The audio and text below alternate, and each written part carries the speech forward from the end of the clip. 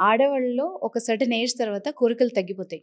వీళ్ళు అనుకుంటారు బాధ్యతలు ఉన్నాయి కాబట్టి తగ్గిపోయింది, కాన్సంట్రేషన్ తగ్గింది అనుకుంటారు. అది ఎంత కామనో దాన్ని ప్రాబ్లమ్‌గా మనం ఎప్పుడు చూడాలి? మనకి కనిపించిన దానికంటే చాలా ఎక్కువ కామన్. ఎందుకు అనంటే అసలు అప్రోచ్ అవ్వరు. ఓహ్! దాని గురించి అంటే చాలా మటుకు ఎలా అంటే మమ్మల్ని జడ్జ్ చేస్తారేమో ఈ టాపిక్‌ని యెస్. యెస్. నాకు ఈ ప్రాబ్లమ్ ఉంది అని నేను బయటకి చెప్పుకుంటే నన్ను ఈ విషయంలో జడ్జ్ చేస్తారేమో, నాకు క్యారెక్టర్ లేదనుకుంటారేమో అనే భయం చాలా మటుకు ఉంటుంది. అవును. సో దాంతోటి చాలామంది అలా అన్‌సాటిస్ఫైడ్‌గా ఉండిపోతారు. దాన్ని డిస్కస్ కూడా చెయ్యరు. కానీ అది ఏదో రకంగా బయటపడుతుంది. ఫ్రస్ట్రేషన్‌లోనో, లేకపోతే కోపంలోనో, టాంట్రమ్స్ గానో ఏదో రకంగా బయటపడుతుంది. సమ్ కైండ్ ఆఫ్ డిస్సాటిస్ఫాక్షన్ అయితే ఉండిపోతుంది.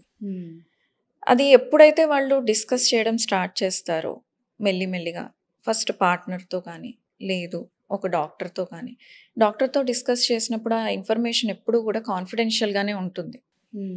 ఎప్పుడన్నా కేస్ స్టడీగా మాట్లాడాల్సొస్తే వాళ్ళ అనానిమస్‌గా వాళ్ళ ఐడెంటిటీని అనానిమస్‌గా పెట్టి మాట్లాడతారే కానీ డాక్టర్ ఎప్పుడన్నా డిస్కస్ చేయాలి అనంటే ఇట్లా వాళ్ళ పేరుని బయటపెట్టి, వాళ్ళ ఇష్యూస్‌ని బయటపెట్టి మాట్లాడరు.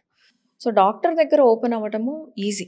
ఒక డాక్టర్ దగ్గర కాన్వర్జేషన్ అనేది ఓపెన్ చేసి మాట్లాడితే వాళ్ళకున్నది ప్రాబ్లమ్ నార్మలా? అబ్‌నార్మలా? కొంతమందికి మెంటల్‌గా ఉంటుంది ఇష్యూ, కొంతమందికి ఫిజికల్‌గా ఉంటుంది. ఓకే. సైకలాజికల్‌గా ఉన్నది రిపీటెడ్ బిహేవియరల్ థెరపీస్ తోటి మాట్లాడుతూ ఉండగా వాళ్ళు ఆ ప్రాబ్లమ్‌ని సాల్వ్ చేసుకోగలరు. లేదు ఫిజికల్‌గానే ప్రాబ్లమ్ ఉంది అనంటే సరైన ట్రీట్మెంట్ తోటి ఆ ప్రాబ్లమ్ సాల్వ్ అవుతుంది. కానీ ఇదంతా జరగాలి అనంటే ఫస్ట్ మాట్లాడాలి.